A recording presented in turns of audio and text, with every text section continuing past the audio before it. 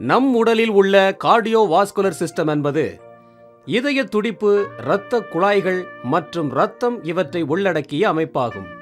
சராசரி மனித உடலில் உள்ள இரத்தத்தின் அளவு 5 முதல் 6 லிட்டர் வரை ஆகும். உடலை உயிர்ப்புடன் வைத்திருத்தலில் இரத்தத்தின் பங்கு முக்கியமானது. அவைகளில் முக்கியமான செயல்களாக ஆக்சிஜன், கார்பன் டை ஆக்சைடு, புரதங்கள் மற்றும் ஹார்மோன்களை உடலின் எல்லா பாகங்களுக்கும் எடுத்து செல்லும் செயலை சொல்லலாம். இரத்தத்தில் இரத்த சிவப்பணுக்கள், இரத்த வெள்ளையணுக்கள், தட்டணுக்கள் மற்றும் புரதங்கள் கலந்துள்ளன.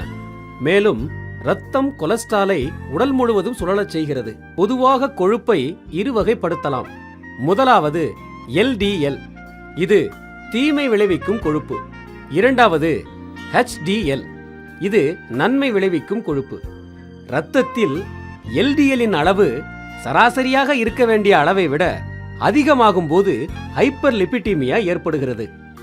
LDL சில சமயங்களில் இரத்தத்தை விட்டு வெளியேறி இரத்த குழாய்களின் இடையே உள்ள வளவளப்பான பகுதிகளில் சென்று அடைந்து விடுகிறது. மேக்ரோபேஜஸ் எனப்படும் இரத்த வெள்ளை அணுக்கள் LDL-ஐ உட்கொண்டு திடமான செல்களாக ஆகின்றது.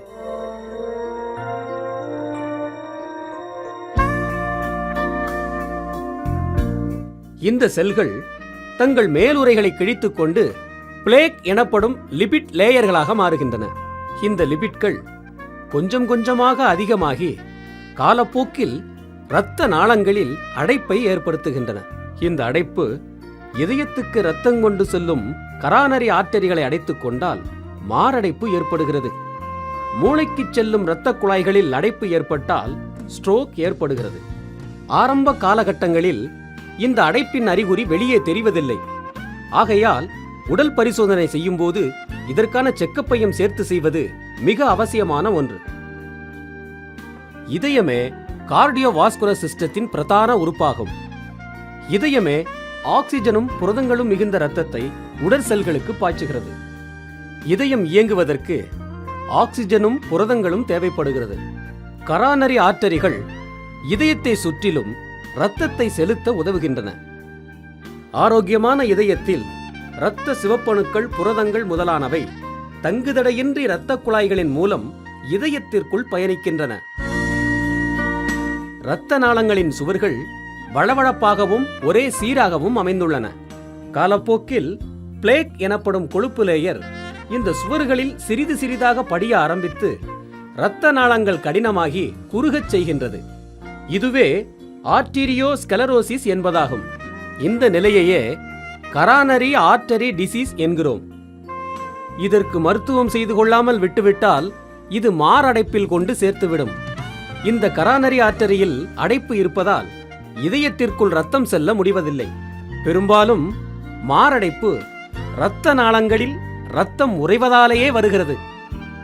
இரத்தம் உறைதல் நிகழ்வு நிலையற்ற பிளேக் லேயர்களினால் ஏற்படுகிறது. பிளேக்கின் சொரசொரப்பான லேயர்களின் மேல் இரத்தம் பயணிக்கும் போது இந்த உறைதல் ஏற்படுகிறது. பிளேக்கின் சொரசொரப்பான லேயர்கள் இரத்தத்தின் கொழுப்பில் தடை ஏற்படுத்துவதால் இந்த இரத்த உறைதல் நிகழ்கிறது. இந்த உறைதல் எங்கேனும் உடலின் பாகத்தில் வெட்டுக்காயங்கள் ஏற்படும் போது இரத்தம் உறைந்து இரத்த வெளியேற்றத்தை தடுத்து நிறுத்துவது போல் நிகழ்கிறது. இதனால் திராம்போசிஸ் எனப்படும் இந்த இரத்த உறைவு இதயத்திற்குள் இரத்தம் பாய்வதை தடுக்கிறது. ஆக்சிஜன் இதயத்திற்கு கிடைக்காத காரணத்தில் இரத்த நாளத்தில் உள்ள திசுக்கள் பழுதுபட நேர்கிறது. இது எந்த அளவுக்கு தீவிரமாய் பாதித்துள்ளது, எந்த இடத்தில் பாதிப்பு ஏற்பட்டுள்ளது, எவ்வளவு சீக்கிரம் சிகிச்சை அளிக்கப்பட்டது என்பதை பொறுத்தே இதயம் சீரமைக்கப்படும். நம் மூளை சரியான முறையில் இயங்குவதற்கு உடலில் உள்ள மற்ற உறுப்புகளைப் போலவே ஆக்சிஜன் மற்றும் புரதங்கள் தேவைப்படுகிறது. இந்த புரதங்கள் மற்றும் ஆக்சிஜன் இரத்த ஓட்டத்தின் மூலம் மூளைக்கு கொண்டு செல்லப்படுகிறது. மூளைக்கு செல்லும் இரத்த ஓட்டம் தடைபடும் போது ஸ்ட்ரோக் ஏற்படுகிறது. இந்த தடை பொதுவாக இரு விதங்களில் ஏற்படுகிறது. ஒன்று, இரத்த நாளங்களில் அன்யூரிசம் எனப்படும் நிலை ஏற்படுவதாலும், இரண்டாவதாக எம்பலிசம் எனப்படும் இரத்த ஓட்டம் தடைபடுவதாலும் நிகழ்கிறது. மூளையின் எந்த இடத்தில் இரத்த ஓட்டம் தடைபடுகிறது என்பதை பொறுத்தே பேச்சு வராமல் போவதும், கைகால்கள் செயலிழந்து போவதும் மற்றும் நினைவிழந்து போகும் நிலையும் ஏற்படுகிறது. இதயம் தன் தொடர்ந்த துடிப்பின் மூலம் இரத்தத்தை உடல் முழுவதும் தொடர்ந்து பாய்ச்சிக் கொண்டே இருக்கிறது. கரானரி ஆர்டரிகள் இதயம் தொடர்ந்து வேலை செய்வதற்காக இதயத்திற்கு தேவையான ஆக்சிஜனையும் புரதங்களையும் தொடர்ந்து செலுத்திக் கொண்டே இருக்கிறது. காலப்போக்கில் இரத்த நாளங்களின் சுவர்களில் பிளேக் எனப்படும் கொழுப்பு லேயர்கள் படிய ஆரம்பித்து விடுகின்றன. இதனால் இரத்த நாளங்கள் குறுகுவதால் இதயத்திற்கு செல்லும் இரத்த ஓட்டத்தில் தடங்கல் ஏற்படுகிறது. கரானரி ஆர்டரியில் எக்ஸ்ரே கதிர்களை தடுக்கும் திரவத்தை செலுத்தி படம் பார்த்து அடைப்பு உள்ளதா என்பதை அறிய முடியும். துடையின் மேல் பாகத்தில் ஒரு சிறு துளையிட்டு கதீட்டர் எனப்படும் சின்னஞ்சிறு குழாய்கள் மூலம் திரவம் செலுத்தப்படுகிறது. பின்னர் இதை எக்ஸ்ரே எடுத்து பார்ப்பதின் மூலம் அடைப்பு உள்ளதா இல்லையா என அறிய முடியும். அதன் பின்னர் இந்த கதீட்டர் மற்றும் சிறு குழாய்கள் நீக்கப்படுகின்றன. இதுவே ஆஞ்சியோகிராம் எனப்படும். அடைப்பின் தீவிரத்தை பொறுத்தே மருத்துவர் ஆஞ்சியோபிளாஸ்ட் செய்வதா, ஸ்டண்டிங் செய்வதா இல்லை பைபாஸ் செய்வதா என நிர்ணயித்து சிகிச்சை அளிப்பார்.